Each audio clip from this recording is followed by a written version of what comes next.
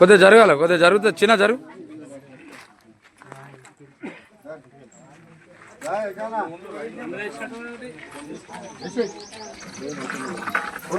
లావణ్య గారు కొంచెం జరగండి, ప్రధాన కార్యదర్శి గారు.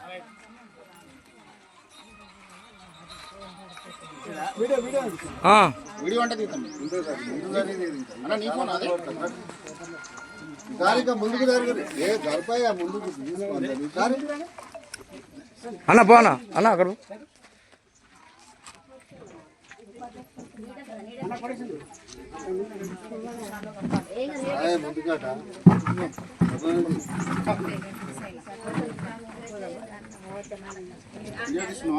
వీడియో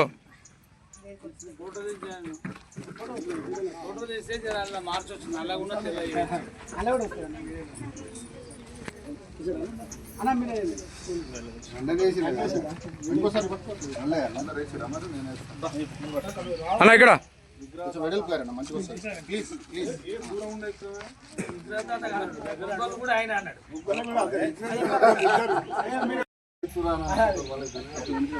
జై భీమ్.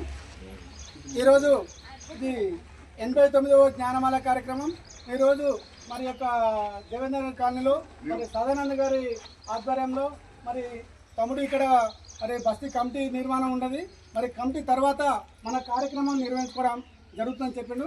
అందరూ ఉద్దేశించి మన నాయకులు ప్రజాప్రతినిధులు చాలామంది వస్తారు కాబట్టి జ్ఞానమాలను అక్కడ నిర్వహించుకుందామని చెప్పడంలో ఇక్కడ రావడం జరిగింది.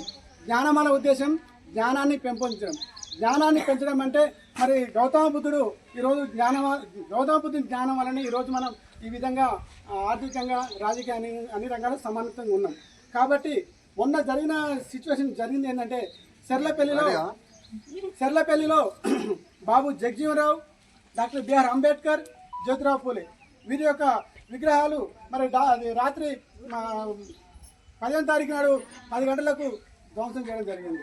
అంటే ఈ యొక్క విగ్రహాలను ధ్వంసం చేయడంలో మరి జరుగుతున్న కుట్ర ఏంటిదంటే ఈ యొక్క ఎస్సీ ఎస్టీ బీసీ మైనారిటీలను మరి రాజకీయంగా కావచ్చు, ఆర్థికంగా కావచ్చు, మన యొక్క భావ ప్రకటన స్వేచ్ఛను కావచ్చు, ఇప్పటికే మన యొక్క శ్రమను, మన యొక్క ఆర్థిక దోపిడీని లావాదేవీలను లాక్కోవడం జరుగుతుంది.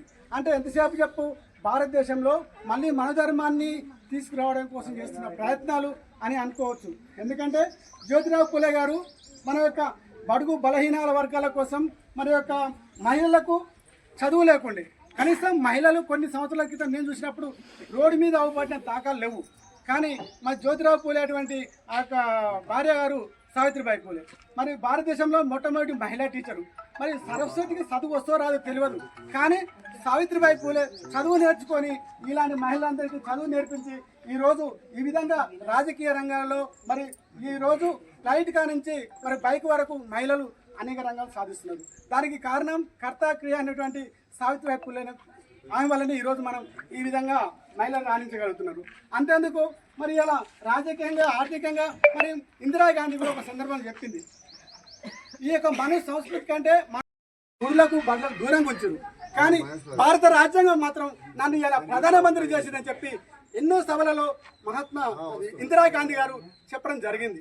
మరి ఇందిరాగాంధీ భారత రాజ్యాంగం గొప్పతనం గురించి చెప్పింది. మరి ఈరోజు కొంతమంది స్కూల్ వాళ్ళంటే పోలేని పరిస్థితి, మరి మామూలు వాళ్ళు మరి ప్రైవేటు హాస్పిటల్ వాళ్ళంటే పోలేని పరిస్థితి.